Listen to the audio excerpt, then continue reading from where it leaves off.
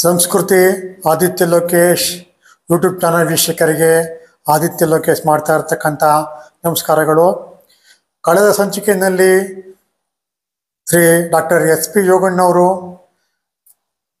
ಮುಖ್ಯಸ್ಥರು ಸುಯೋಗ್ ಆಸ್ಪತ್ರೆ, ರಾಮಕೃಷ್ಣ ನಗರ, ಮೈಸೂರು, ಇವರು ಮಾನವ ದೇಹ ಉತ್ಪತ್ತಿಯಾಗಿದ್ದು ಹೇಗೆ, ಅದು ಹೇಗೆ ರೂಪಿತವಾಗಿತ್ತು, ಅದು ಯಾವ ರೀತಿ ಕೆಮಿಕಲ್ಗಳಿಂದ ಮಾಡಲ್ಪಟ್ಟಿದೆ ಎಂಬ ವಿಚಾರವಾಗಿ ತಮಗೆ ತಿಳಿಸ್ಕೊಟ್ಟಿದ್ದಾರೆ. ಈಗ ಮಾನವನ ದೇಹದ ಆರೋಗ್ಯವನ್ನು ಕಾಪಾಡ್ಕೋಬೇಕಾದ್ರೆ ಏನೇನು ಕ್ರಮಗಳನ್ನು ಅನುಸರಿಸಬೇಕು, ಯಾವ ರೀತಿಯ ವಿಧಾನಗಳನ್ನು ಅವರು ಅಳವಡಿಸ್ಕೋಬೇಕು ಅನ್ನೋದ್ರ ಬಗ್ಗೆ ತಮಗೆ ತಿಳಿಸ್ಕೊಡ್ತಾರೆ. ಯಾಕಂದರೆ ಆರೋಗ್ಯವೇ ಭಾಗ್ಯ ಅಂತ ಎಲ್ಲ ಕಡೆ ಹೇಳ್ತಾರೆ. ಅದರಿಂದ ಮನುಷ್ಯನ ಆರೋಗ್ಯವಾಗಿರಬೇಕಾದ್ರೆ ಆರೋಗ್ಯಕ್ಕೆ ಏನೇನೋ ಕ್ರಮಗಳನ್ನು ತೆಗೆದುಕೊಳ್ಬೇಕು ಅನ್ನೋ ಮುಖ್ಯವಾಗಿ ಅದಕ್ಕೋಸ್ಕರವಾಗಿ ಇಂದು ಆರೋಗ್ಯವೇ ಭಾಗ್ಯ, ಮನುಷ್ಯನ ದೇಹದ ಆರೋಗ್ಯ ಯಾವ ರೀತಿ ಕಾಪಾಡ್ಕೋಬೇಕು ಅನ್ನೋ ವಿಚಾರವಾಗಿ ತಮಗೆ ತಿಳಿಸ್ಕೊಡ್ತಾರೆ. ನಮಸ್ಕಾರ ಸರ್. ನಮಸ್ಕಾರ. ದಯಮಾಡಿ ಆರೋಗ್ಯವೇ ಭಾಗ್ಯ ಅನ್ನೋ ಬಗ್ಗೆ ತಮಗೆ ತಿಳಿಸ್ಕೊಡಿ ಸರ್. ಆರೋಗ್ಯ ಅಂದರೆ ಏನು ಅನ್ನೋದ್ರ ಬಗ್ಗೆ ಮೊದಲು ತಿಳ್ಕೊಳ್ಬೇಕು. ಬಹುಪಾಲು ಜನರಲ್ಲಿ ಒಂದು ಮಿಸ್ನಾಮರ್ ಇದೆ. ಆರೋಗ್ಯ ಅಂದರೆ ನನಗೆ ತಲೆನೋವಿಲ್ಲ, ಮೈಕೈ ನೋವಿಲ್ಲ, ಒಳ್ಳೆ ನಿದ್ದೆ ಬರ್ತಾ ಇದೆ, ಚೆನ್ನಾಗಿ ಊಟ ಮಾಡ್ತಾಯಿದ್ದೀನಿ, ನೋವು ರಹಿತ ಸ್ಥಿತಿಯೇ ಆರೋಗ್ಯ. ಇವ್ಯಾವುದೂ ನೋವಿಲ್ಲದೆ ಹೋದರೆ, ಜ್ವರ ಇಲ್ಲದೆ ಹೋದರೆ, ಬೇದಿ ಇಲ್ಲದೆ ಹೋದರೆ ನಾನು ಆರೋಗ್ಯವಾಗಿದ್ದೀನಿ. ಅವೆಲ್ಲ ಇದ್ದರೆ, ಯಾವುದಾದ್ರು ಒಂದಿದ್ದರೆ ನಾನು ಅನಾರೋಗ್ಯವಾಗಿದ್ದೀನಿ ಅಂತಕ್ಕಂಥ ಒಂದು ಕಲ್ಪನೆ ಇದೆ. ಇದು ತಪ್ಪು. ಆರೋಗ್ಯವನ್ನು ಪ್ರಾಪಂಚಿಕ ಮಟ್ಟದಲ್ಲಿ ನಿಯಂತ್ರಣ ಮಾಡ್ತಕ್ಕಂಥ ವಿಶ್ವ ಆರೋಗ್ಯ ಸಂಸ್ಥೆ ಮತ್ತು ವಿಶ್ವ ಆರೋಗ್ಯ ಸಂಸ್ಥೆ ಅಸ್ತಿತ್ವಕ್ಕೆ ಬರೋಕ್ಕಿಂತನೂ ಮುಂಚೆ ನಮ್ಮ ಭಾರತೀಯ ಪ್ರಾಚೀನ ಆರೋಗ್ಯ ಶಾಸ್ತ್ರಗಳಲ್ಲಿ ಆರೋಗ್ಯ ಎಂದರೇನು ಎನ್ನುವುದ್ರ ಬಗ್ಗೆ ಸ್ಪಷ್ಟ ಸಮಗ್ರವಾದಂತಹ ನಿರೂಪಣೆಯನ್ನು ಕೊಟ್ಟಿದ್ದಾರೆ. ಆರೋಗ್ಯ ಅಂತಂದರೆ ಇದು ಕೇವಲ ಕಾಯಿಲೆ ಅಥವಾ ಊನರಹಿತ ಸ್ಥಿತಿಯಲ್ಲ. ಇದು ಒಂದು ಸಕಾರಾತ್ಮಕವಾದಂತಹ ದೈಹಿಕವಾಗಿ, ಮಾನಸಿಕವಾಗಿ, ಸಾಮಾಜಿಕವಾಗಿ, ಆಧ್ಯಾತ್ಮಿಕವಾಗಿ ಇರತಕ್ಕಂಥ ಸುಸ್ಥಿತಿ, ಅಂದರೆ ಸಂತೋಷದ ಸ್ಥಿತಿ ಏ ಆರೋಗ್ಯ ಅಂತಕ್ಕಂಥದ್ದ ವ್ಯಾಖ್ಯಾನವನ್ನು ನಾವು ಅರ್ಥ ಮಾಡ್ಕೋಬೇಕಾಗಿದೆ. ಸೊ ಹಾಗಾಗಿ ಆರೋಗ್ಯ ಅಂತಕ್ಕಂಥದ್ದು ಇದು ಒಂದು ಸಂಕೀರ್ಣವಾದಂತಹ ವಿಚಾರ. ಇವೆಲ್ಲವನ್ನು ಅರ್ಥ ಮಾಡಿಕೊಂಡಾಗ ಮಾತ್ರ ನೀವು ಆರೋಗ್ಯದ ಮೇಲೆ ಏನೇನು ಪರಿಣಾಮಗಳನ್ನು ಬೀರ್ಬೋದು, ನಾವು ಆರೋಗ್ಯವನ್ನು ಹೇಗೆ ರಕ್ಷಣೆ ಮಾಡಿಕೊಳ್ಬೋದು ಅನ್ನೋದು ನಿಮಗೆ ಅರ್ಥವಾಗ್ತದೆ. ಆರೋಗ್ಯ ಅಂತಂದರೆ ಈ ಒಂದು ನಿರೂಪಣೆಯಲ್ಲಿ ಒಂದು ಅರ್ಥವಾಗ್ತಕ್ಕಂಥದ್ದು ಏನು ಅಂತಂದರೆ, ಒಂದು ದೈಹಿಕ ಆರೋಗ್ಯ ಇದೆ, ಅಂದರೆ ಮಾನಸಿಕ ಆರೋಗ್ಯ ಇದೆ, ಸಾಮಾಜಿಕ ಆರೋಗ್ಯ ಇದೆ, ಆಧ್ಯಾತ್ಮಿಕ ಆರೋಗ್ಯ ಇದೆ, ಇತ್ತೀಚೆಗೆ ಲೈಂಗಿಕ ಆರೋಗ್ಯನೂ ಕೂಡ ಅದು ಕೂಡ ಒಂದು ಬೇರೆ ವಿಭಿನ್ನ ಒಂದು ಘಟಕವನ್ನಾಗಿ ಸೇರಿಸಿದ್ದಾರೆ. ಹೀಗಾಗಿ ದೈಹಿಕ ಆರೋಗ್ಯ ಅಂದ್ರೇನು? ಈ ದೇಹ ಹಲವಾರು ಅಸಂಖ್ಯಾತ ಮಿಲಿಯನ್ಗಳಷ್ಟು ಜೀವಕೋಶಗಳಿಂದ ರಚಿತವಾಗಿದೆ. ಅವು ಅಂತಿಮವಾಗಿ ಒಂದು ಅಂಗಾಂಗದ ಮತ್ತು ಒಂದು ವ್ಯವಸ್ಥೆಯ ರೂಪವನ್ನು ತಾಳಿದೆ. ಈ ಅಸಂಖ್ಯಾತ ಜೀವಕೋಶಗಳ ಆರೋಗ್ಯ, ಮೆದುಳಿನ ಆರೋಗ್ಯ, ಹೃದಯದ ಆರೋಗ್ಯ, ಮೂತ್ರಜನಕಾಂಗಗಳ ಆರೋಗ್ಯ, ಹೀಗೆ ದೇಹದಲ್ಲಿ ಏನು ಬೇಕಾದಷ್ಟು ಅಂಗಾಂಗಗಳು, ಜೀವಕೋಶಗಳಿದ್ದಾವೆ, ಅವು ಆರೋಗ್ಯವಾಗಿ ಇದ್ದರೆ ಅದು ದೈಹಿಕ ಆರೋಗ್ಯ ಅಂತಕ್ಕಂಥದ್ದು. ಮಾನಸಿಕ ಆರೋಗ್ಯ ಅಂತಂದರೆ ಮನಸ್ಸು, ಇಡೀ ದೇಹವನ್ನೇ ನಿಯಂತ್ರಣ ಮಾಡ್ತಕ್ಕಂಥ ಮನಸ್ಸು, ಅದು ಕೂಡ ಆರೋಗ್ಯವಾಗಿರಬೇಕು. ಸೊ ಹೀಗಾಗಿ ದೈಹಿಕ ಆರೋಗ್ಯದ ಮಾನದಂಡಗಳೇನು, ಮಾನಸಿಕ ಆರೋಗ್ಯದ ಮಾನದಂಡಗಳೇನು ಮುಂದಿನದು ಇನ್ನೊಂದು ಸಾಮಾಜಿಕ ಆರೋಗ್ಯ.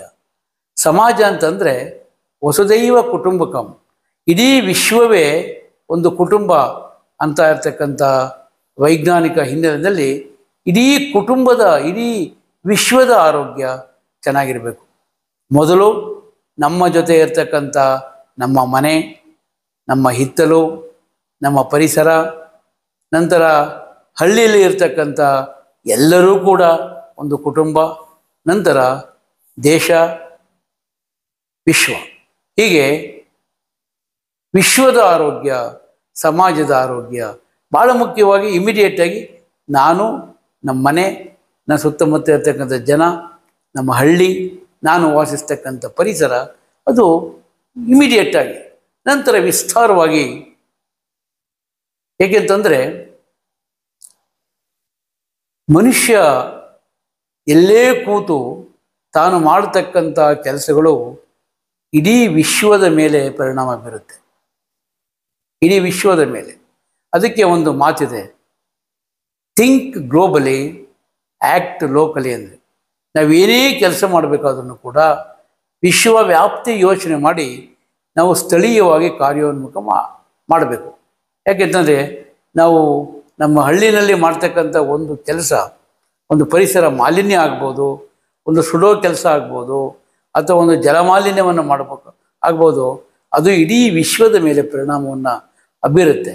ಸಾಮಾಜಿಕ ಆರೋಗ್ಯ ಅಂತಂದರೆ ಒಂದು ವಿಶ್ವದ ಆರೋಗ್ಯ, ಒಂದು ಪರಿಸರದ ಆರೋಗ್ಯ.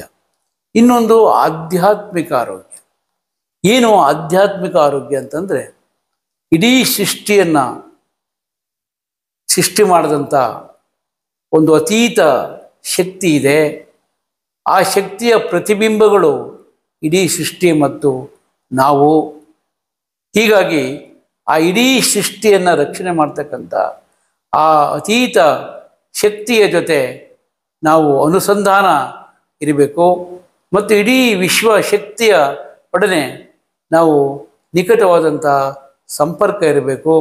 ಅವೆಲ್ಲವೂ ಕೂಡ ಚೆನ್ನಾಗಿದ್ದರೆ ಮಾತ್ರ ನಾನು ಚೆನ್ನಾಗಲಿಕ್ಕೆ ಸಾಧ್ಯ ಅಂತಕ್ಕಂಥ ವಿಶ್ವ ಪ್ರಜ್ಞೆ ಇದೆಯಲ್ಲ, ಇದು ಆಧ್ಯಾತ್ಮಿಕ ಆರೋಗ್ಯ. ಈ ಒಂದು ಇವೆಲ್ಲವುಗಳ ಹಿನ್ನೆಲೆಯಲ್ಲಿ ಒಂದೊಂದು ಆರೋಗ್ಯವನ್ನು ಕೂಡ ನಾವು ವಿಶ್ಲೇಷಣೆ ಮಾಡ್ತಾ ಹೋದರೆ, ದೈಹಿಕ ಆರೋಗ್ಯ. ಈ ದೇಹ ಒಂದು ಜೈವಿಕ ಯಂತ್ರ ಇದ್ದ ಹಾಗೆ, ಜೀವಕೋಶ ಒಂದು ಜೈವಿಕ ಯಂತ್ರದ ಹಾಗೆ ಕೆಲಸ ಮಾಡುತ್ತೆ. ಅದಕ್ಕೆ ಭಾಳ ಮುಖ್ಯವಾಗಿ ಆಹಾರ ಭಾಳ ಮುಖ್ಯ.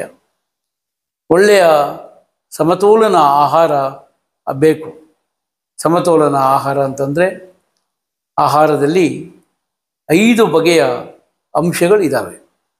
ಒಂದು ಶಕ್ತಿದಾಯಕ, ಶಕ್ತಿ ಬೇಕು ಜೀವಕೋಶಕ್ಕೆ.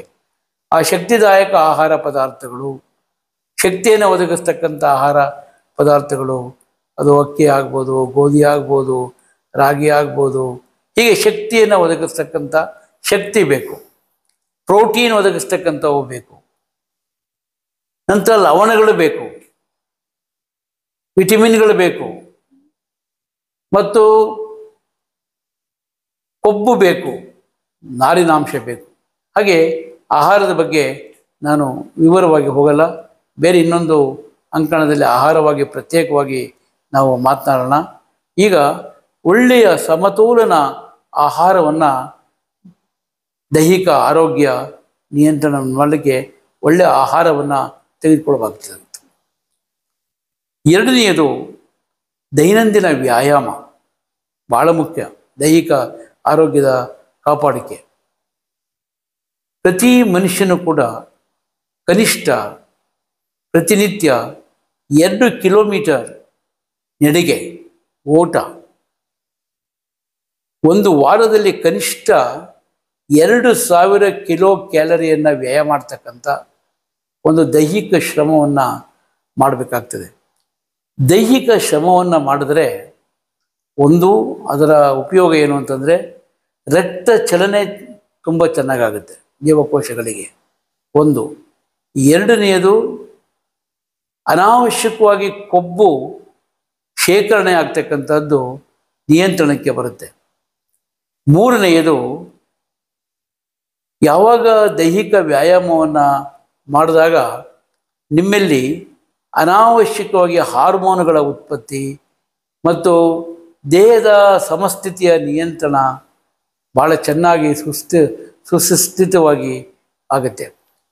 ಈ ಸ್ನಾಯುಗಳಿಗೆ ರಕ್ತ ಚಲನೆ ಚೆನ್ನಾಗಿ, ಸ್ನಾಯುಗಳು ಚೆನ್ನಾಗಿ ವೃದ್ಧಿ ಆಗ್ತವೆ. ಇನ್ನೊಂದು, ದೈಹಿಕ ವ್ಯಾಯಾಮದಲ್ಲಿ ನೀವು ದೇಹದ ತೂಕವನ್ನು ನಿಯಂತ್ರಣ ಮಾಡಿಕೊಳ್ಬೇಕು. ಅವರ ವಯಸ್ಸು, ಅವರ ಎತ್ತರ ಅನುಗುಣವಾಗಿ ದೇಹದ ತೂಕ ಇರಬೇಕು. ದೇಹದ ತೂಕ ಜಾಸ್ತಿ ಆಯ್ತಾ ನಿಮಗೆ ಭಾಳ ಆಶ್ಚರ್ಯ ಆಗ್ಬೋದು. 1 ಪೌಂಡ್ ದೇಹದ ತೂಕ ಜಾಸ್ತಿ ಆದರೆ 1500 ಕಿಲೋಮೀಟರ್ಗಳಷ್ಟು ರಕ್ತನಾಳ, ಹೊಸ ರಕ್ತನಾಳ ವ್ಯವಸ್ಥೆ ಸೃಷ್ಟಿಯಾಗುತ್ತೆ. ಅಲ್ಲಿ ಅರ್ಥ ಮಾಡ್ಕೊಳ್ಳಿ, 1 ಪೌಂಡ್ಗೆ. ಹೀಗಾಗಿ ನೀವು 1 kg ತೂಕ ಜಾಸ್ತಿ ಆದರೆ ಎಷ್ಟು ಕಿಲೋಮೀಟರ್ನಷ್ಟು ಅಧಿಕ ರಕ್ತನಾಳಗಳು ಉತ್ಪತ್ತಿ ಆಗುತ್ತೆ. ಅಧಿಕ ರಕ್ತನಾಳಗಳ ಉತ್ಪತ್ತಿ ಆದಷ್ಟು ಕೂಡ ಹೃದಯಕ್ಕೆ ಶ್ರಮ ಆಗುತ್ತೆ. ಅಷ್ಟು ರಕ್ತವನ್ನು ಅದು ಪಂಪ್ ಮಾಡಬೇಕು, ಒತ್ತಡಕ್ಕೆ ಈಡಾಗುತ್ತೆ. ಹೀಗಾಗಿ ದೇಹದ ತೂಕವನ್ನು ನೀವು ನಿಯಂತ್ರಣ ಮಾಡಿಕೊಳ್ಳದೆ ಹೋದರೆ ಅದು ಹೃದಯಕ್ಕೆ ಶ್ರಮ ಆಗುತ್ತೆ. ದೇಹದ ತೂಕ ಅತಿ ಆಯ್ತಾ ಇದು ಹಲವಾರು ಕಾಯಿಲೆಗಳಿಗೆ ನಾಂದಿಯಾಗುತ್ತೆ. ಅತಿಯಾದ ದೇಹದ ತೂಕದಿಂದ ಏರು ರಕ್ತ ಒತ್ತಡ, ಹೃದಯಾಘಾತ, ಸಕ್ಕರೆ ಕಾಯಿಲೆ, ಕ್ಯಾನ್ಸರ್ ಇತ್ಯಾದಿ ಕಾಯಿಲೆಗಳು ಬರ್ತಕ್ಕಂಥ ಸಾಧ್ಯತೆ ಜಾಸ್ತಿ ಆಗುತ್ತೆ. ಸೊ ದೇಹದ ತೂಕ ನಿಯಂತ್ರಣ ಮಾಡಿಕೊಳ್ಬೇಕು ಅಂತಂದರೆ ಭಾಳ ಮುಖ್ಯವಾಗಿ ದೈನಂದಿನ ವ್ಯಾಯಾಮ ಮತ್ತು ಮಿತಿಯಾದ ಆಹಾರ ಸೇವನೆ, ಸಮತೋಲನ ಆಹಾರ. ನೀವು ಎಷ್ಟೇ ವ್ಯಾಯಾಮ ಮಾಡಿದ್ರೂ ಕೂಡ ನೀವು ಮಿತಿಯಾಗಿ ಆಹಾರವನ್ನು ಅತಿಯಾಗಿ ಸೇವಿಸಿದ್ರೆ ನಿಮ್ಮ ದೇಹದ ತೂಕವನ್ನು ನಿಯಂತ್ರಣ ಮಾಡಿಕೊಳ್ಳಿಕ್ಕೆ ಸಾಧ್ಯ ಆಗಲ್ಲ. ಇನ್ನು ದುಶ್ಚಟಗಳ ರಹಿತ ಬದುಕು, ಧೂಮಪಾನ, ಮದ್ಯಪಾನ ಮತ್ತಿತರ ಅನಾವಶ್ಯಕವಾಗಿ ಪಾನೀಯಗಳ ಈ ಸಿರಪ್ಗಳು, ಕೋಕಾ ಕೋಲಾ, ಸ್ಪ್ರೈಟ್ ಇರ್ಬೋದು, ಈ ಕೃತಕ ಪಾನೀಯಗಳ ಅತಿಯಾದ ಸೇವನೆಯೂ ಕೂಡ ದೈಹಿಕ ಆರೋಗ್ಯದ ಮೇಲೆ ದುಷ್ಪರಿಣಾಮವನ್ನು ಬೀರುತ್ತೆ. ಧೂಮಪಾನದಿಂದ ರಕ್ತನಾಳಗಳು ಸಂಕುಚಿತವಾಗ್ತವೆ, ದೇಹದಲ್ಲಿ ರಕ್ತದ ಜಿಡ್ಡು ಜಾಸ್ತಿ ಆಗುತ್ತೆ, ಕ್ಯಾನ್ಸರ್ ಬರ್ತಕ್ಕಂಥ ಸಾಧ್ಯತೆ ಜಾಸ್ತಿ ಆಗುತ್ತೆ, ಹೃದಯ ಶಕ್ತಿಹೀನವಾಗ್ತದೆ.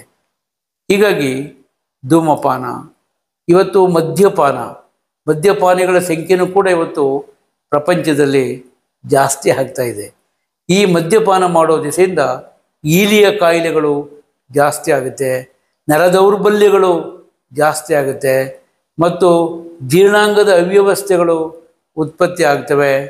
ಕೆಲವು ಕ್ಯಾನ್ಸರ್ಗಳು ಕೂಡ ಇದರಿಂದ ಬರ್ತಕ್ಕಂಥ ಸಾಧ್ಯತೆ ಇದೆ.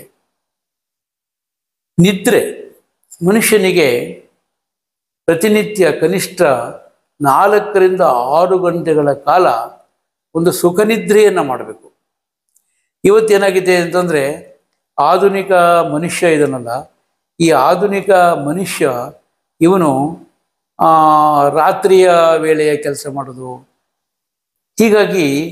ಹಾಗಾಗಿ ಮನುಷ್ಯಗೆ ಒಂದು ಬಯೋ ರಿಥಮ್ ಅಂತ ಇದೆ, ಅಂದರೆ ಸಹಜವಾದ ಲಯತೆ. ಅಂದರೆ ಈ ದೇಹ ಸೃಷ್ಟಿಕರ್ತ ಈ ದೇಹವನ್ನು ಸೃಷ್ಟಿ ಮಾಡಿದಾಗ ಒಂದು ಸಹಜ ಲಯತೆಯನ್ನು ಕೊಟ್ಟಿದ್ದಾನೆ. ನೀವು ಯಾವಾಗ ನಿದ್ದೆ ಮಾಡಬೇಕು, ಯಾವಾಗ ಮಲಮೂತ್ರಗಳ ವಿಸರ್ಜನೆ ಆಗಬೇಕು, ಅವನ್ನ ಕಂಪ್ಯೂಟರೈಸ್ ಮಾಡಿಬಿಟ್ಟಿದ್ದಾನೆ. ಅವಕ್ಕೆ ವಿರುದ್ಧವಾಗಿ ನಾವು ನಡ್ಕೊಂಡು ಬೆಳಗ್ಗೆ ಹೊತ್ತು ಜಾಸ್ತಿ ನಿದ್ದೆ ಮಾಡೋದು, ರಾತ್ರಿ ಹೊತ್ತು ನಿದ್ದೆ ಭಾಳ ಚೆನ್ನಾಗಿ ಬರುತ್ತೆ. ಯಾಕೆಂತಂದರೆ ಇದು ಹಾರ್ಮೋನುಗಳಿಂದ ಮೆಲಟೋನಿನ್ ಅಂತ ಅಂತಕ್ಕಂಥ ಒಂದು ಹಾರ್ಮೋನ್ ವ್ಯತ್ಯಾಸ ಆಗುತ್ತೆ.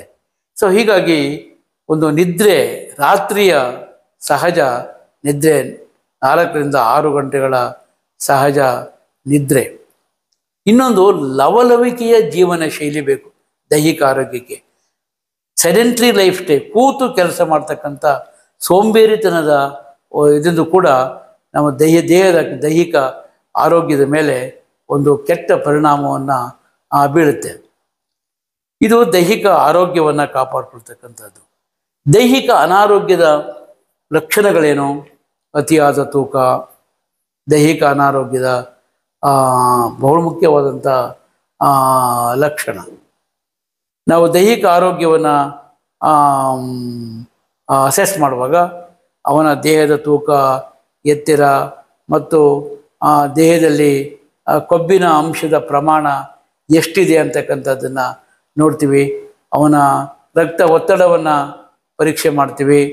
ಅವನ ದೇಹದ ಉಷ್ಣತೆಯನ್ನು ಆಮೇಲೆ ಉಡುಪು ಕೂಡ ಚಳಿಗಾಲದಲ್ಲಿ ನಾವು ಎಂಥ ಉಡುಪನ್ನು ಧರಿಸ್ಬೇಕು, ಬೇಸಿಗೆ ಕಾಲದಲ್ಲಿ ಭಾಳ ತೆಳುವಾದ ಉಡುಪನ್ನು ಧರಿಸಬೇಕು, ಚಳಿಗಾಲದಲ್ಲಿ ಸ್ವಲ್ಪ ಮಂದವಾದಂಥ ಉಡುಪನ್ನು ಧರಿಸಬೇಕು. ಇದು ಇನ್ನೊಂದು ಪರಿಸರ. ದೈಹಿಕ ಆರೋಗ್ಯದ ರಕ್ಷಣೆಯಲ್ಲಿ ಪರಿಸರದ ಪಾತ್ರ ಬಹಳ ಪ್ರಮುಖ ಪಾತ್ರವನ್ನು ವಹಿಸುತ್ತೆ. ಪರಿಸರದಲ್ಲಿ ತಮಗೆಲ್ಲ ಬಹಳ ಗೊತ್ತಿರುವ ಹಾಗೆ ಮನುಷ್ಯ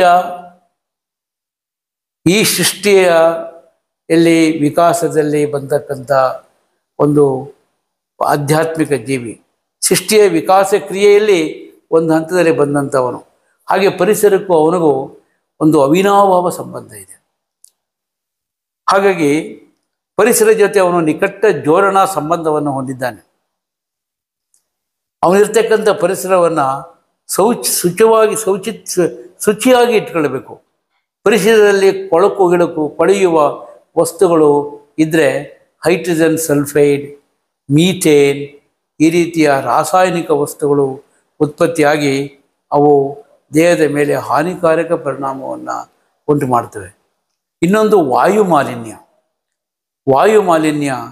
ಇವತ್ತು ನಾವು ಪೆಟ್ರೋಲ್ ಸುಡೋದು, ಬೆಂಕಿಯನ್ನು ಹಚ್ಚೋದು, ಇವೆಲ್ಲವುಗಳಿಂದಾಗಿ ಕಾರ್ಬನ್ ಪ್ರಮಾಣ, ಪರಿಸರದಲ್ಲಿ ಕಾರ್ಬನ್ ಪ್ರಮಾಣ ಭಾಳ ಅತಿಯಾಗಿ ಆಗಿದೆ.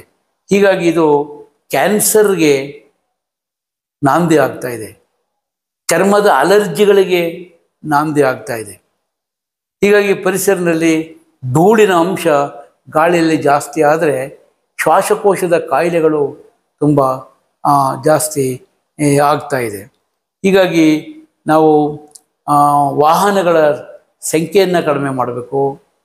ಮತ್ತು ನಾವು ಎಲ್ಲ ಕಸಗಳನ್ನು ಕೂಡ ಅದನ್ನು ಭೂಮಿಗೆ ಹೂಳಬೇಕೇ ವಿನ ಅದನ್ನು ಬೆಂಕಿ ಹಾಕಿ ಸುಟ್ಟರೆ ಅಲ್ಲಿಂದ ಬರ್ತಕ್ಕಂಥ ಇಂಗಾಲದ ಡೈಆಕ್ಸೈಡ್, ಇಂಗಾಲದ ಮಾನಾಕ್ಸೈಡ್ ಇವೆಲ್ಲವೂ ಕೂಡ ವಿಷಕಾರಿ ಅನಿಲವನ್ನು ನಾವು ಗಾಳಿಗೆ ಬಿಟ್ಟು ಅದನ್ನು ಉಸಿರಿನ ಮೂಲಕ ನಾವು ಇದನ್ನು ತೆಗೆದುಕೊಳ್ತಾ ಇದ್ವಿ. ಇನ್ನೊಂದು ಪರಿಸರವನ್ನು ಕ್ಲೀನ್ ಮಾಡ್ತಕ್ಕಂಥ, ಪರಿಸರವನ್ನು ವಿಷಾನಿಲಗಳಿಂದ ಮುಕ್ತ ಮಾಡ್ತಕ್ಕಂಥ, ಮನುಷ್ಯನಿಗೆ ಅಮೃತದ ಆಕ್ಸಿಜನ್ನ ಕೊಡ್ತಕ್ಕಂಥ ಸಸ್ಯ ಸಂಪತ್ತು ಮತ್ತು ಜಲ ಸಂಪತ್ತು ಭಾಳ ಮುಖ್ಯವಾಗಿ ನಾವು ಬಹುಪಾಲು ಜನರಿಗೆ ಗೊತ್ತಿಲ್ಲದೆ ಇರತಕ್ಕಂಥ ಅಂಶ ಏನು ಅಂತಂದರೆ, ಈ ಗಾಳಿಯಲ್ಲಿ ಇರ್ತಕ್ಕಂಥ 80% ಆಮ್ಲಜನಕ ನೀರಿನಿಂದ ಬರ್ತದೆ, ಸಮುದ್ರದಿಂದ ಬರುತ್ತೆ. ಇಡೀ ಭೂಮಿಯ 3/2 ನೀರಿನಿಂದ ಕೂಡಿದೆ. ಕೇವಲ 1/3 ಮಾತ್ರ ಭೂಮಿ ಇದೆ. ಅದರಲ್ಲಿ 20% ಮಾತ್ರ, ಅದರಲ್ಲಿ 20% ಮಾತ್ರ ಸಸ್ಯಗಳಿರ್ತಕ್ಕಂಥದ್ದು. ಸೊ ಹೀಗಾಗಿ ಈ ಆಮ್ಲಜನಕ ಈ ನೀರಿನ ಸಮುದ್ರ ಮತ್ತು ಕೆರೆ ಕಟ್ಟೆಗಳು ಅಲ್ಲಿರ್ತಕ್ಕಂಥ ನೀರಿನಲ್ಲಿರ್ತಕ್ಕಂಥ ಆಲ್ಗೆ, ಮೈಕ್ರೋ ಸೂಕ್ಷ್ಮ ಸಸ್ಯಗಳಿದ್ದಾವೆ ಅಲ್ಲಿ. ಆ ಸೂಕ್ಷ್ಮ ಸಸ್ಯಗಳು ಆ ಕೊಳೆತ ನೀರಿದೆಯಲ್ಲ, ಆ ನದಿಗಳು ಎಲ್ಲ ಕಡೆ ಹರಿಕೊಂಡು ಬಂದು ಈ ಎಲ್ಲ ಸೂಕ್ಷ್ಮ ಜೀವಿಗಳನ್ನು ತಂದು ಸಮುದ್ರಕ್ಕೆ ಬಿಡ್ತವೆ. ಆ ಸೂಕ್ಷ್ಮ ಜೀವಿಗಳಿಂದ ಆಮ್ಲಜನಕ ಉತ್ಪತ್ತಿ ಆಗುತ್ತೆ.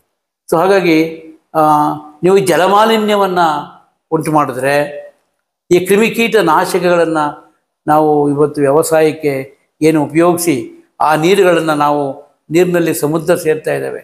ಆ ಕ್ರಿಮಿಕೀಟ ನಾಶಗಳು ಈ ಸೂಕ್ಷ್ಮ ಜೀವಿಗಳನ್ನು ನಾಶ ಮಾಡ್ತಾ ಇದ್ದಾವೆ. ಸೊ ಹೀಗಾಗಿ ಈ ಸಸ್ಯ ಸಂಪತ್ತುಗಳನ್ನು ನಾವು ನಾಶ ಮಾಡ್ತಾ ಇದ್ದೀವಿ, ಕಾಡನ್ನು ಕಡಿತಾ ಇದ್ದೀವಿ. ಹೀಗಾಗಿ ಪರಿಸರದಲ್ಲಿ ಕಾರ್ಬನ್ ಡೈಆಕ್ಸೈಡನ್ನು ಹೀರ್ಕೊಳ್ತಕ್ಕಂಥದ್ದು ಸಸ್ಯಗಳು ಮತ್ತು ನೀರಿನಲ್ಲಿ ಇರ್ತಕ್ಕಂಥ ಈ ಸೂಕ್ಷ್ಮ ಸಸ್ಯ ಜೀವಿಗಳು. ಸೊ ಹೀಗಾಗಿ ನಾವು ನೀರನ್ನು ಸ್ವಚ್ಛ ಜಲಮಾಲಿನ್ಯವನ್ನು ಉಂಟುವಾಗಕ್ಕೆ ನಾಶಗಳ ನೀರಿಗೆ ಸೇರಿದ ಹಾಗೆ ಮತ್ತು ಸಸ್ಯಗಳನ್ನು ಬೆಳೆಸ್ತಕ್ಕಂಥ ಒಂದು ಅನುಪಾತ ಇದೆ. ನೀವು ನಿಮ್ಮ ನಮ್ಮ ಸುತ್ತಮುತ್ತ ಒಬ್ಬ ಮನುಷ್ಯನಿಗೆ ಕನಿಷ್ಠ 10 ಗಿಡಗಳು ಇರಬೇಕು, ಗಿಡ ಮರಗಳಿರಬೇಕು. ನಿಮ್ಮ ಮನೆಯಲ್ಲಿ 10 ಜನ ಇದ್ದಾರೆ ಅಂತಂದರೆ ನಿಮಗೆ 100 ಗಿಡ ಮರಗಳನ್ನು ನೀವು ನೆಟ್ಕೋಬೇಕು. ನೀವು 100 ಗಿಡ ಮರಗಳನ್ನು ನಿಮ್ಮ ಮನೆ ಸುತ್ತ ನೆಟ್ಕೊಳ್ಬೇಕು. ಯಾವುದೋ ಸರ್ಕಾರ ಬಂದು ಮಾಡುತ್ತೆ ಅನ್ನೋದಲ್ಲ. ನೀವು ಬದುಕಬೇಕು ಅಂತಂದರೆ ನಿಮ್ಮ ಸುತ್ತ ಗಿಡ ಮರಗಳ ಸುತ್ತ ತಾವು ಬದುಕ್ತಕ್ಕಂಥ ಕೆಲಸವನ್ನು ಮಾಡಬೇಕು. ಮತ್ತು ಬೆಂಕಿಯನ್ನು ಹಚ್ಚಿ ನೀವು ಕಸಗಳನ್ನು ನಾಶ ಮಾಡ್ತಕ್ಕಂಥ ಪದ್ಧತಿಯಿಂದ ನೀವು ದೂರ ಇರಬೇಕು. ಕಸಗಳನ್ನು ಹೂಳಬೇಕು, ಸುಡಬೇಡಿ. ಹೀಗೆ ನಾವು ಪರಿಸರವನ್ನು ರಕ್ಷಣೆ ಮಾಡ್ತಕ್ಕಂಥದ್ದು ದೈಹಿಕ ಆರೋಗ್ಯಕ್ಕೆ ಬಹಳ ಮುಖ್ಯವಾದಂಥದ್ದು. ಮನುಷ್ಯ ನೆಮ್ಮದಿ, ಮಾನಸಿಕ ಆರೋಗ್ಯ. ಮನಸ್ಸು ಮೆದುಳಿನಲ್ಲಿದೆ. ಮೆದುಳಿನಲ್ಲಿ ಆಗ್ತಕ್ಕಂಥ ಅಸಂಖ್ಯಾತ ರಾಸಾಯನಿಕ ಕ್ರಿಯೆಗಳ ಅಭಿವ್ಯಕ್ತ ಸ್ಥಿತಿಯೇ ಮನಸ್ಸು. ಮನಸ್ಸು ಇಡೀ ದೇಹವನ್ನು ನಿಯಂತ್ರಣ ಮಾಡುತ್ತೆ. ಮನಸ್ಸು ಯಾವಾಗಲೂ ಕೂಡ ಸಂತೋಷ ಮತ್ತು ಅಸಂತೋಷಗಳ ನಡುವೆ ತೊಳಲಾಡ್ತಾ ಇರುತ್ತೆ. ಮನುಷ್ಯ ಸಂತೋಷವಾಗಿದ್ದಾಗೆ ಆರೋಗ್ಯ, ಅಸಂತೋಷ ಇದ್ದರೆ ಅನಾರೋಗ್ಯ. ನಾನು ಹೇಳಿದೆ ಸಂತೋಷ ಸ್ಥಿತಿಯ ಆರೋಗ್ಯ. ಆ ಸಂತೋಷ ಸ್ಥಿತಿ ಆಗಬೇಕು ಅಂದರೆ ನೀವು ದೈಹಿಕವಾಗಿ ಆರೋಗ್ಯವಾಗಿರಬೇಕು, ಮಾನಸಿಕವಾಗಿ ಆರೋಗ್ಯವಿರಬೇಕು, ಸಾಮಾಜಿಕವಾಗಿ ಆರೋಗ್ಯವಿರಬೇಕು, ಆಧ್ಯಾತ್ಮಿಕವಾಗಿ ಆರೋಗ್ಯವಿರಬೇಕು. ಇವೆಲ್ಲ ಆದಾಗ ಮಾತ್ರ ಒಟ್ಟಾರೆ ಆರೋಗ್ಯ ಸ್ಥಿತಿ ಬರಲಿಕ್ಕೆ ಸಾಧ್ಯ. ಮನಸ್ಸನ್ನು ಆರೋಗ್ಯವಾಗಿ ಇಟ್ಟುಕೊಳ್ಳೋದು ಹೇಗೆ? ಮನಸ್ಸು ಆಲೋಚನೆಗಳಿಂದ ಇರುತ್ತೆ. ಮನಸ್ಸಿನಲ್ಲಿ ಸಕಾರಾತ್ಮಕ ನಕಾರಾತ್ಮಕ ಭಾವಗಳಿರ್ತವೆ. ಒಳ್ಳೆಯ ಆಲೋಚನೆಗಳನ್ನು ಬರ್ತಕ್ಕಂಥ ಒಂದು ಸಾಹಿತ್ಯವನ್ನು ನಮ್ಮ ಮಕ್ಕಳಿಗೆ ಓದಿಸ್ಬೇಕು. ನಾವು ನಮ್ಮ ವಿದ್ಯಾಭ್ಯಾಸ ಮನಸ್ಸಿನ ತರಬೇತಿಯನ್ನು ಕೊಡ್ತಕ್ಕಂಥ, ಮನಸ್ಸನ್ನು ನಿಗ್ರಹಣ ಮಾಡ್ತಕ್ಕಂಥ, ಮನಸ್ಸಿಗೆ ಶಾಂತಿಯನ್ನು ಕೊಡ್ತಕ್ಕಂಥ ಒಂದು ಒಳ್ಳೆಯ ಆಲೋಚನೆಗಳು. ಯಾವುದು ಒಳ್ಳೆಯದು, ನನಗೂ ಒಳ್ಳೆಯದಾಗಿರಬೇಕು, ಇಡೀ ಸೃಷ್ಟಿಗೆ ಒಳ್ಳೆಯದಾಗಿರಬೇಕು, ಇಡೀ ಸಮಾಜಕ್ಕೆ ಒಳ್ಳೆಯದಾಗ್ತಕ್ಕಂಥ ಒಂದು ಮಾನಸಿಕ ನಿಯಂತ್ರಣ ಮಾಡ್ತಕ್ಕಂಥ ಸಕಾರಾತ್ಮಕ ಭಾವಗಳು ಮೇಲುಗೈ ಪಡೆದು ನಕಾರಾತ್ಮಕ ಭಾವಗಳು ಅದುಮತಕ್ಕಂಥ ಒಂದು ಮಾನಸಿಕ ತರಬೇತಿಯನ್ನು ನಾವು ನಮ್ಮ ಮಕ್ಕಳಿಗೆ ನಾವು ಕೊಡಬೇಕಾಗಿದೆ. ಈ ರೀತಿ ಮಾನಸಿಕ ಆರೋಗ್ಯವನ್ನು ಇದು ಒಂದು ದಿನದಲ್ಲಿ ಬರ್ತಕ್ಕಂಥದ್ದಲ್ಲ. ಮಗು ಹುಟ್ಟಿದ ದಿನದಿಂದ ನಾವು ಮಗುವಿಗೆ ಎಲ್ಲರನ್ನೂ ಪ್ರೀತಿಸ್ತಕ್ಕಂಥ, ತಾರತಮ್ಯವನ್ನು ಮಾಡದೇ ಇರತಕ್ಕಂಥ, ಒಳ್ಳೆಯದ್ಯಾವುದು ಕೆಟ್ಟದ್ಯಾವುದು ಅಂತಕ್ಕಂಥ ಒಂದು ಮೌಲ್ಯಗಳ ಶಿಕ್ಷಣವನ್ನು ಮೊದಲು ತಾಯಿ ಮನೆಯಲ್ಲಿ ಕೊಡಬೇಕು, ಶಿಕ್ಷಣ ಸಂಸ್ಥೆಗಳಲ್ಲಿ ಕೊಡಬೇಕು. ಹಾಗಾದಾಗ ಮಾತ್ರ ಈ ಮನುಷ್ಯನ ಮನಸ್ಸು ಬಹಳ ಚಂಚಲವಾಗಿದೆ. ಮನಸ್ಸು ಆ ಚಂಚಲವಾದ ಮನಸ್ಸನ್ನು ಒಂದು ಸ್ಥಿಮಿತದಲ್ಲಿರಬೇಕು ಅಂತಂದರೆ ನಮ್ಮ ಯೋಗಾಭ್ಯಾಸ, ಆಧ್ಯಾತ್ಮ ಇವೆಲ್ಲವುಗಳ ತರಬೇತಿಯನ್ನು ಕೊಟ್ಟರೆ ಮಾತ್ರ ಮನಸ್ಸನ್ನು ದೈಹಿಕ ಆರೋಗ್ಯವನ್ನು ನೀವು ಪದಾರ್ಥಗಳಿಂದ ನಿಯಂತ್ರಣ ಮಾಡ್ಬೋದು. ಮಾನಸಿಕ ಆರೋಗ್ಯವನ್ನು ಮಾತ್ರ ಆಲೋಚನೆಗಳು, ವಿದ್ಯಾಭ್ಯಾಸ, ತರಬೇತಿ, ಮೌಲ್ಯಗಳು ಇವೆಲ್ಲವನ್ನು ಮನಸ್ಸಿನಲ್ಲಿ ನಾಟಿಸುವ ಶಿಕ್ಷಣ, ಮನಸ್ಸಿನಲ್ಲಿ ತಾಯಿಯ ಶಿಕ್ಷಣ, ಮನೆಯಲ್ಲಿ ಅಭ್ಯಾಸ. ಮಕ್ಕಳು ಯಾವಾಗಲೂ ಕೂಡ ನೀವು ಮಾತಾಡೋದು ಅಭ್ಯಾಸ ನೋಡಲ್ಲ, ನೀವು ಅನುಕರಣೆ ಮಾಡೋದನ್ನು ನೋಡ್ತಾ ಇರ್ತಾರೆ, ನೀವು ಮಾಡೋದನ್ನು ನೋಡ್ತಾ ಇರ್ತಾರೆ. ಹಾಗಾಗಿ ಮಾನಸಿಕ ಆರೋಗ್ಯ, ಇವತ್ತು ಹಣ ತುಂಬ ಇದೆ ಎಲ್ಲರ ಹತ್ರಲ್ಲೂ ಕೂಡ, ಭೌತಿಕ ಸಂಪತ್ತು ಎಲ್ಲರೂ ಇದ್ದಾರೆ, ಆದರೆ ಯಾರೂ ಕೂಡ ನೆಮ್ಮದಿ ಇಲ್ಲ. ಆ ನೆಮ್ಮದಿ ಇಲ್ಲದೆ ಇರೋದಕ್ಕೆ ಕಾರಣ ಬಹು ಅದು ಬಹು ಅಂಶಗಳ ಆಧಾರಿತವಾದಂಥ ಒಂದು ನೀತಿ ನಿಯಮವಾದಂಥ ಒಂದು ಮೌಲ್ಯಯುತವಾದಂತಹ ಒಂದು ಸಾಮಾಜಿಕ ಮೌಲ್ಯಗಳನ್ನು ರೂಢಿಸ್ತಕ್ಕಂಥ ಮಾನಸಿಕ ತರಬೇತಿ ಅದು ಬಹಳ ಅತ್ಯವಶ್ಯಕ.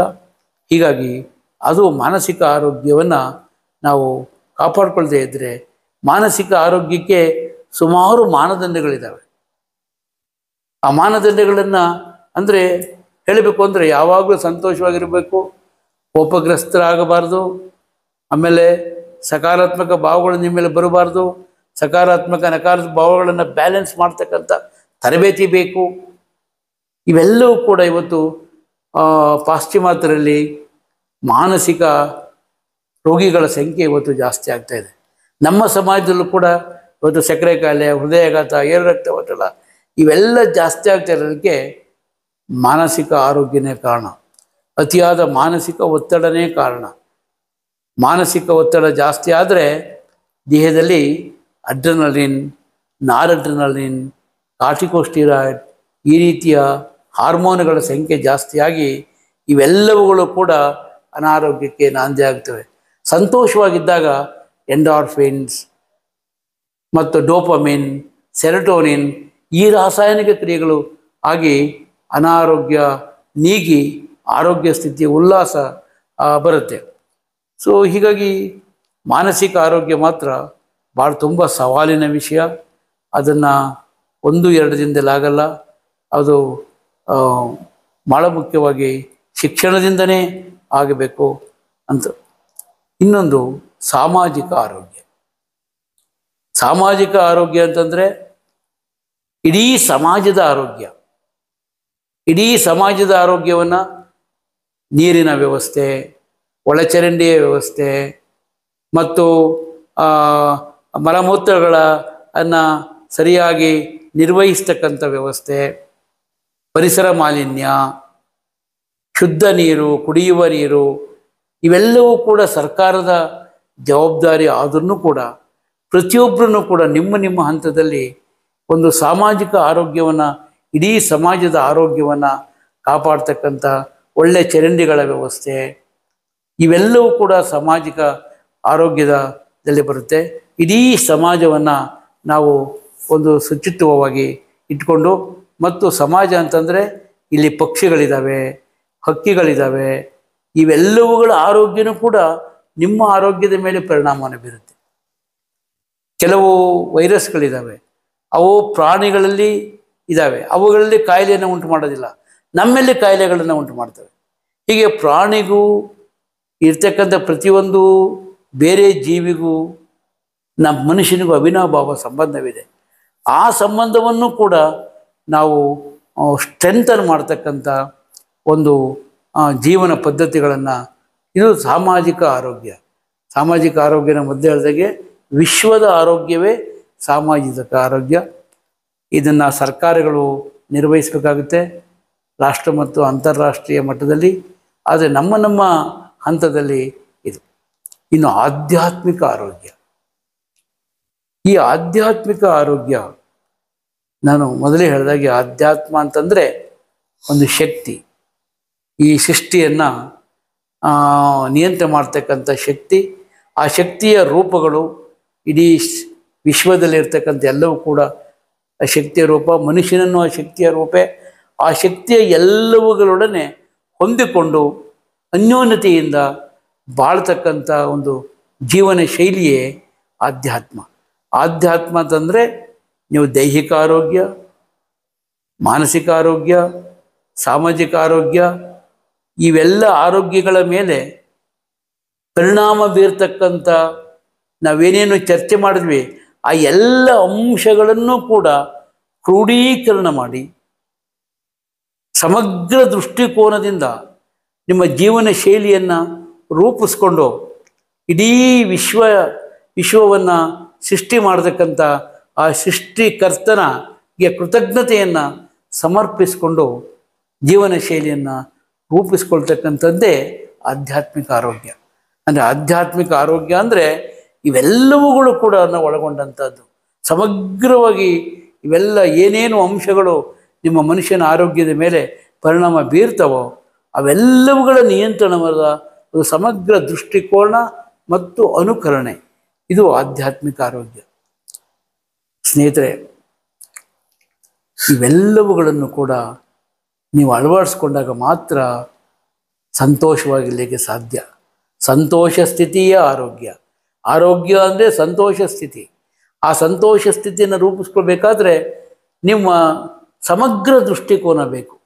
ಸಮಗ್ರ ದೃಷ್ಟಿ, ಎಲ್ಲವರನ್ನೂ ಪ್ರೀತಿ ಮಾಡ್ತಕ್ಕಂಥ, ಎಲ್ಲ ಅಂಶಗಳನ್ನು ಕೂಡ ನಿಯಂತ್ರಣ ಮಾಡಿಕೊಳ್ತಕ್ಕಂಥ ಒಂದು ಸಮಗ್ರ ದೃಷ್ಟಿಯಿಂದ ಸಮಗ್ರ ದೃಷ್ಟಿಯ ಜೀವನ ಶೈಲಿಯಿಂದ ಮಾತ್ರ ನಾವು ಆರೋಗ್ಯಸ್ಥಾಗಲಿಕ್ಕೆ ಸಾಧ್ಯ. ಸಂತೋಷವೇ ಆರೋಗ್ಯ, ಆರೋಗ್ಯವೇ ಸಂತೋಷ. ನಮಸ್ಕಾರ. ಕೇಳಿದ ವೀಕ್ಷಕರೇ, ಇಲ್ಲಿವರೆಗೆ ದೇಹಕ್ಕೆ ಮಾನಸಿಕ ಆರೋಗ್ಯ, ದೈಹಿಕ ಆರೋಗ್ಯ ಎಷ್ಟು ಮುಖ್ಯ ಎಂಬುದನ್ನು ಡಾಕ್ಟರ್ ಯೋಗಣ್ಣವರು ತಿಳಿಸ್ಕೊಟ್ಟಿದ್ದಾರೆ. ದಯಮಾಡಿ ಈ ಎಲ್ಲ ವಿಚಾರಗಳನ್ನು ತಮ್ಮ ಜೀವನದಲ್ಲಿ ಅಳವಡಿಸ್ಕೊಂಡು ಆರೋಗ್ಯವಂತರಾಗಿ. ನಮಸ್ಕಾರ. ನಮಸ್ಕಾರ.